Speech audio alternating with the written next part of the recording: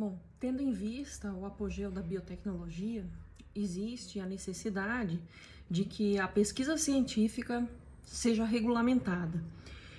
Então, todas essas mudanças causadas com o apogeu da biotecnologia, tanto as que estão sendo causadas nesse momento, quanto aquelas que estão por vir, elas levam a uma necessidade dessa regulamentação para se garantir o quê? A dignidade da pessoa humana.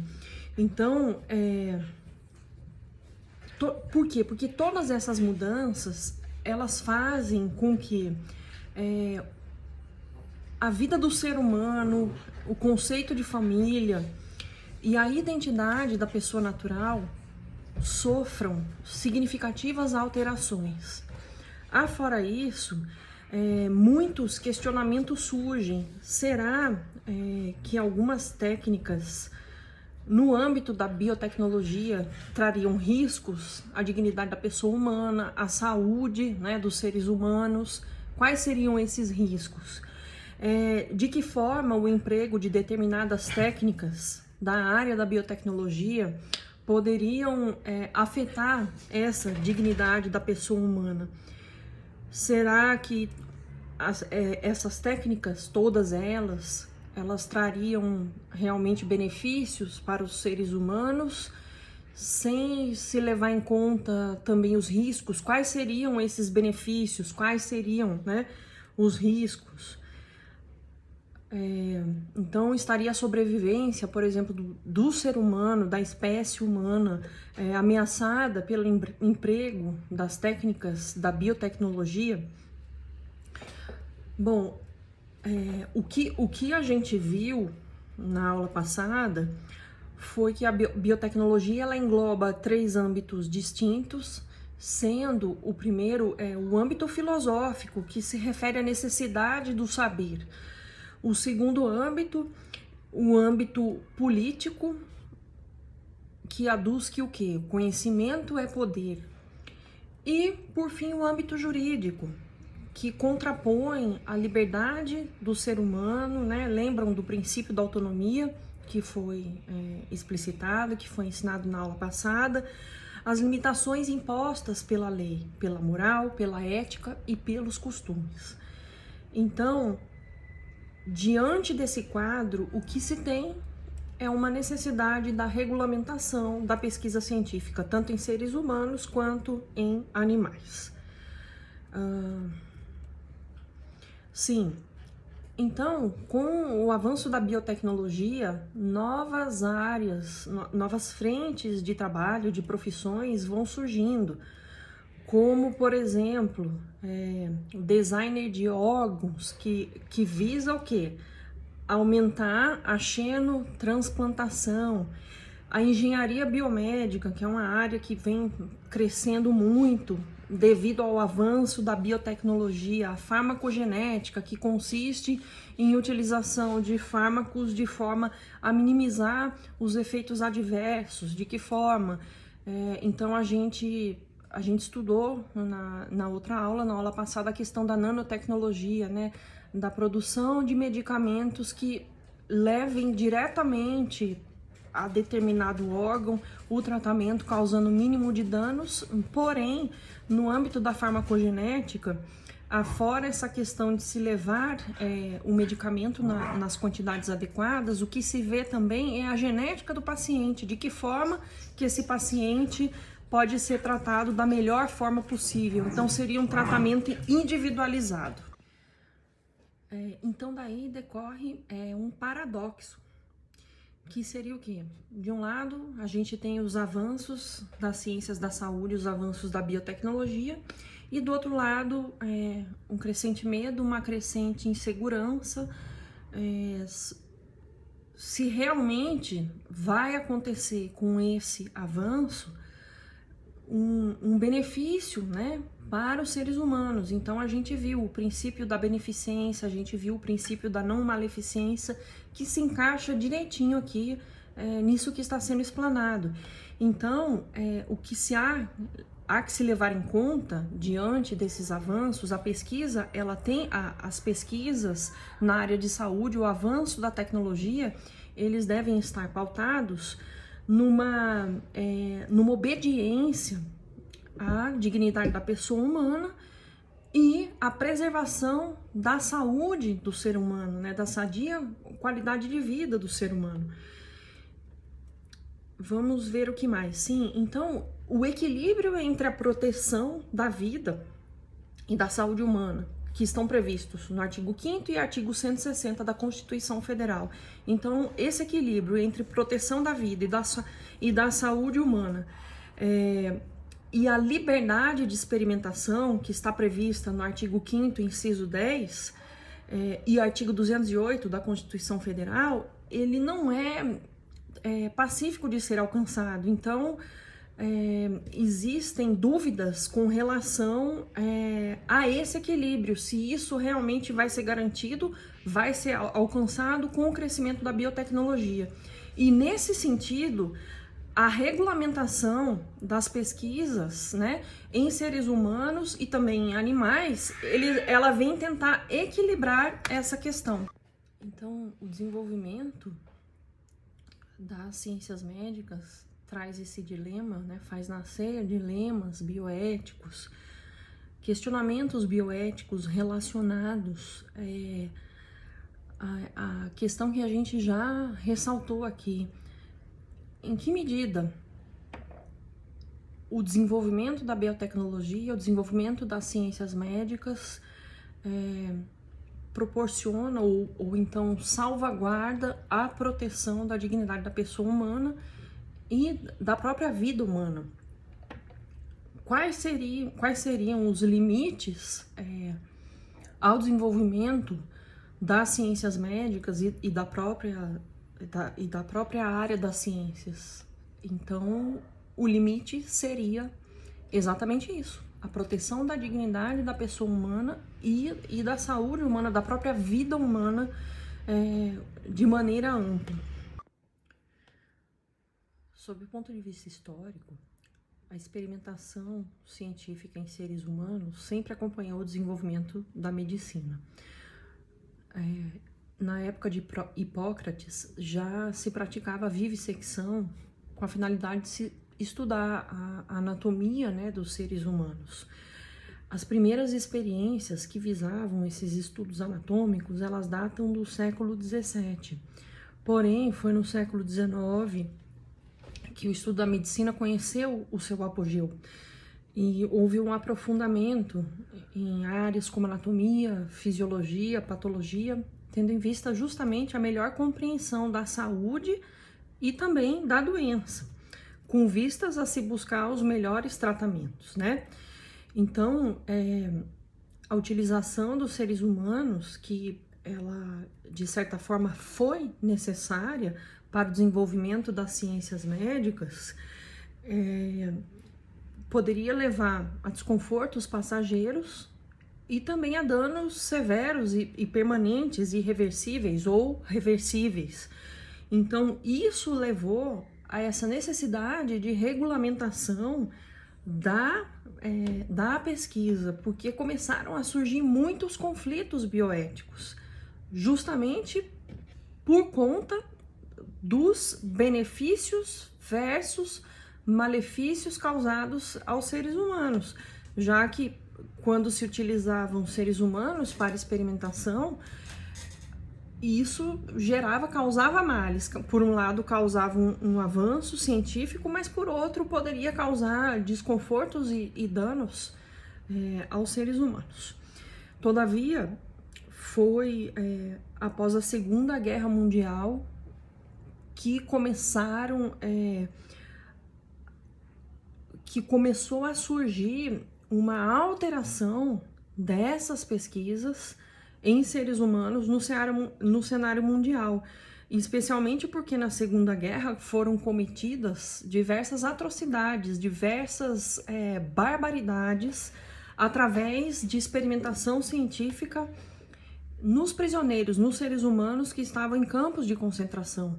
Os mais diversos tipos de pesquisas eram feitas, né? Estudos com relação ao quanto o ser humano poderia aguentar passando frio, o quanto ele poderia aguentar de calor, o quanto ele aguentava sem oxigênio, foram feitas também, como é que se diz? Cirurgias sem utilização de anestesia. Então foram feitos diversos tipos de experimentos com esses prisioneiros dos campos de concentração, levando, né, ao nascimento de diversos documentos legislativos para impedir que a dignidade da pessoa humana continuasse a ser violada. Então, com a divulgação dessas atrocidades, né, realizadas na Alemanha nazista, o que aconteceu? A comunidade internacional se organizou para julgar os médicos e pesquisadores alemães que cometeram, né, esses crimes de guerra, e esse julgamento foi feito no Tribunal de Nuremberg, em 1947. E como consequência desse julgamento, surgiu o Código de Nuremberg, no mesmo ano, no ano de 1947. Em linhas gerais, o Código de Nuremberg, ele abrangia temas como, por exemplo, o consentimento voluntário. Ele determinava que fossem passadas informações essenciais para os sujeitos da pesquisa e também determinava a não indução dos sujeitos à participação. Então, isso deveria ser da vontade dos sujeitos, não deveria haver uma indução por parte dos pesquisadores. Fora isso, o Código de Nuremberg, ele determinava que a pesquisa, ela tinha que apresentar resultados vantajosos que não pudessem ser alcançados por outros meios, por outros métodos de pesquisa. E exigia também que a realização da experimentação em animais fosse feita primeiramente, antes de ser realizada em seres humanos. O sofrimento, ele deveria ser evitado ao máximo, o risco minimizado e na possibilidade de morte do sujeito, do ser humano pesquisado, o projeto não deveria ser realizado. E muito embora esse documento, o Código de Nuremberg, tenha sido elaborado justamente para se coibir, né, os horrores praticados durante a Segunda Guerra, os horrores em termos de pesquisa em seres humanos, essas pesquisas, elas continuaram, não na proporção em que foram feitas com os prisioneiros dos campos de concentração, mas elas continuaram. No ano de 1964, foi criado um novo documento pela Associação Médica Mundial, denominado Declaração de Helsinki. A Declaração de Helsinki, ela foi dividida em princípios básicos, pesquisa médica combinada com cuidados profissionais e pesquisa biomédica não terapêutica envolvendo seres humanos. Então, esse documento, ele aborda as bases mínimas necessárias à realização de pesquisas envolvendo seres humanos. Em linhas gerais, ela trata da necessidade de obediência a princípios científicos aceitos, bem como revisão ética e científica e boa qualificação dos pesquisadores. Ela manteve a necessidade do consentimento informado, já previsto na Declaração de Nuremberg, e o fornecimento de informações essenciais para o sujeito que vai participar da pesquisa. Avaliação de riscos e benefícios, assegurando aos participantes dos estudos os melhores métodos diagnósticos e terapêuticos existentes após o término da pesquisa. Então, a declaração é um importante documento da história da ética em pesquisa e surge como um primeiro esforço significativo da comunidade médica para regulamentar a investigação científica em si. Ela é considerada o primeiro padrão internacional de pesquisa biomédica e ela constitui a base da maioria dos documentos subsequentes. Então, o bem-estar do cidadão, ele deve ter prioridade sobre os interesses da ciência e da sociedade. Bom, então essa declaração, ela desenvolveu os 10 primeiros princípios que estão definidos no Código de Nuremberg, e ela se aliou também à Declaração de Genebra, uma declaração de deveres éticos do médico, dirigida mais à investigação clínica. Então, essa declaração de Helsinki, ela era dirigida mais à investigação clínica, e ela solicitou algumas mudanças na prática médica, a partir da conceituação de experimentação humana, utilizada no Código de Nuremberg. Uma, delas seria a flexibilização das condições de autorização, que era absolutamente essencial no Código de Nuremberg. Então, os médicos, eles foram convidados a obter um consentimento, se possível, e a possibilidade de investigação, ela foi autorizada sem o consentimento do paciente. Porém, esse consentimento, ele poderia ser conseguido através de um guardião legal. A Declaração de Helsinki, ela foi revisada por seis vezes, e ela também sofreu 2 alterações. A declaração revisada, ela afirma que a pesquisa médica ela só é justificada se houver uma probabilidade razoável de que as populações entre as quais a pesquisa for realizada obtiverem benefícios através dos resultados.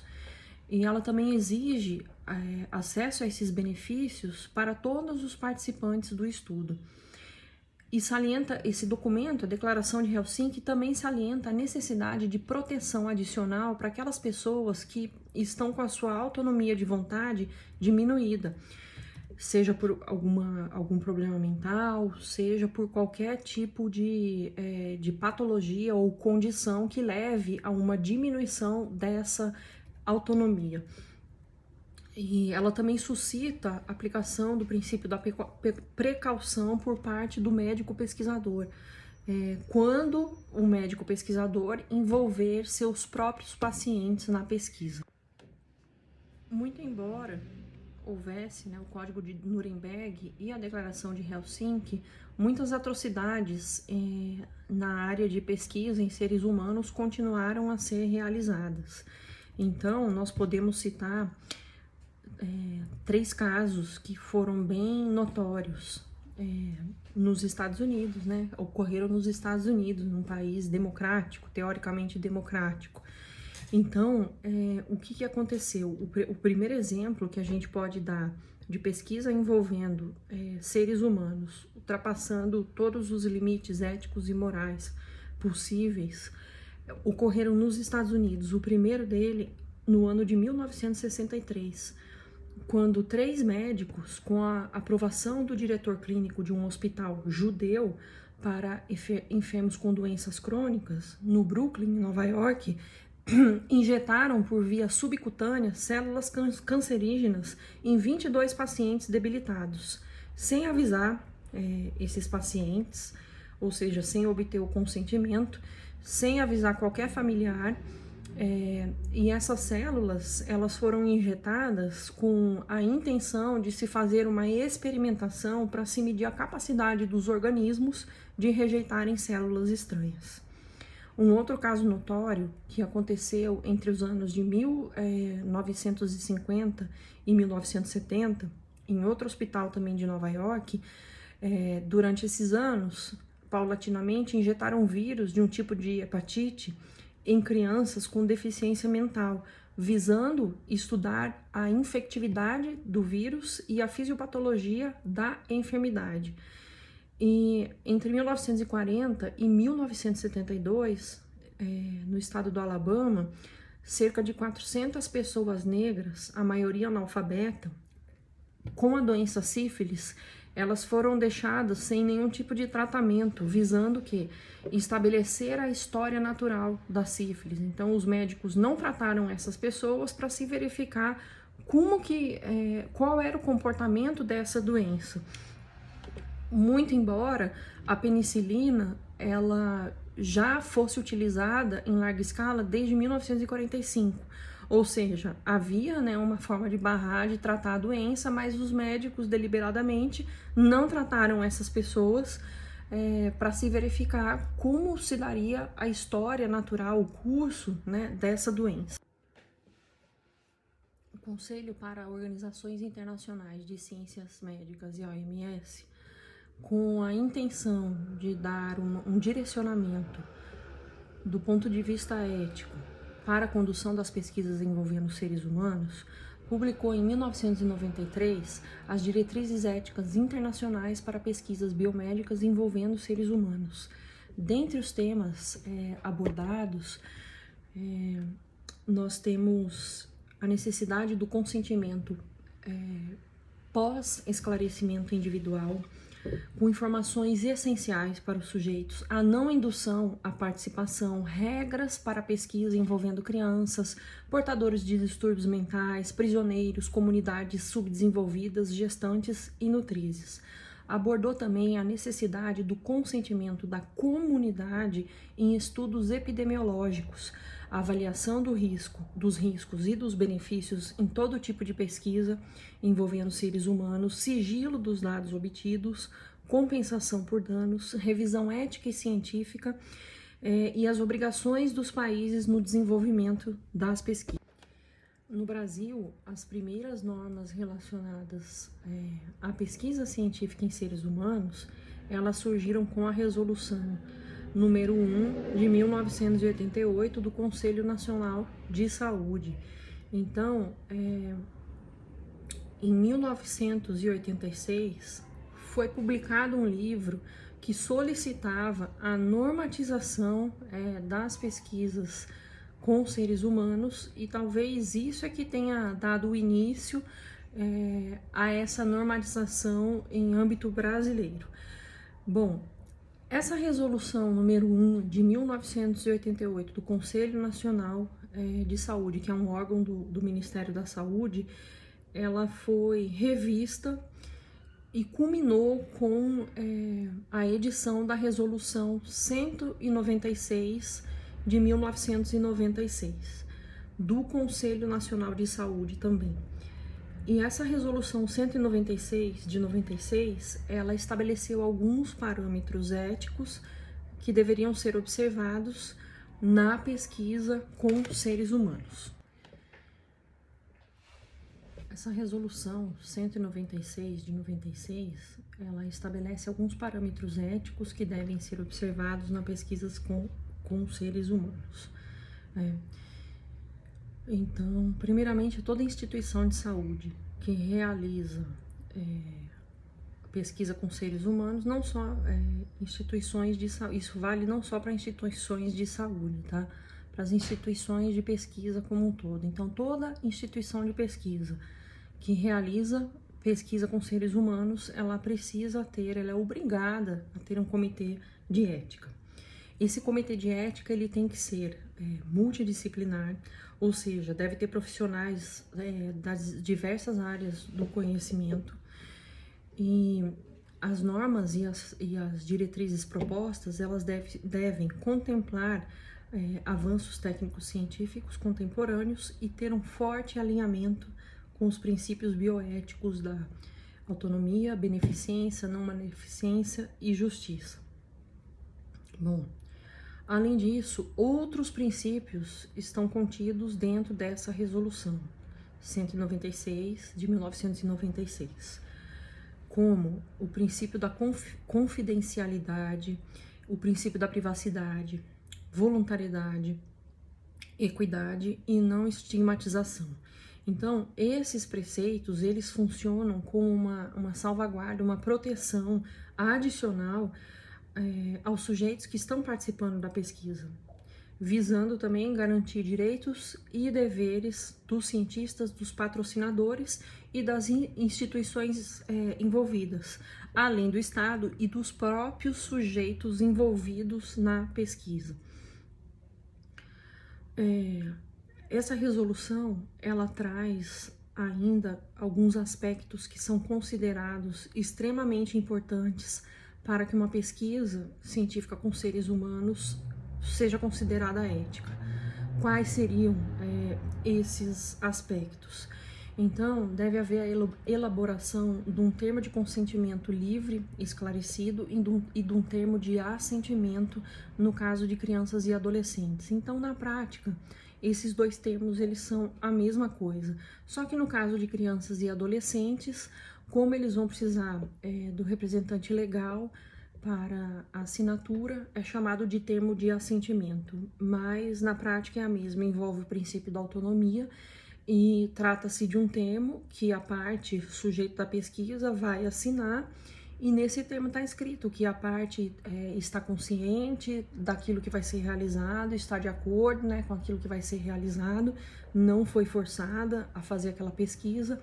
Todavia, é importante ressaltar que nem sempre o objeto da pesquisa, então o sujeito da pesquisa, ele entende de fato o que está escrito naquele termo. Existem pesquisas realizadas no Brasil que demonstram isso, né? Que nem sempre as pessoas elas compreendem o que exatamente esse termo ele está querendo dizer, ele significa. Bom, além do termo de consentimento livre e esclarecido, devem haver estratégias e métodos de recrutamento dos sujeitos, deve haver um balanço entre riscos e benefícios, deve haver um ressarcimento de gastos pessoais em função do envolvimento no estudo, deve haver uma indenização por danos provenientes da participação desse sujeito na pesquisa, que porventura se houver algum dano, deverá haver uma indenização, deve haver uma cobertura dos custos das instituições de saúde, deve haver uma confidencialidade sobre a origem das informações contidas na pesquisa, deve haver aplicação do princípio da justiça, devem haver critérios a serem seguidos para a quebra do sigilo da pesquisa e uma avaliação sobre a relevância social da pesquisa realizada. Essa resolução de 1996, ela foi revogada pela resolução 466 de 2012.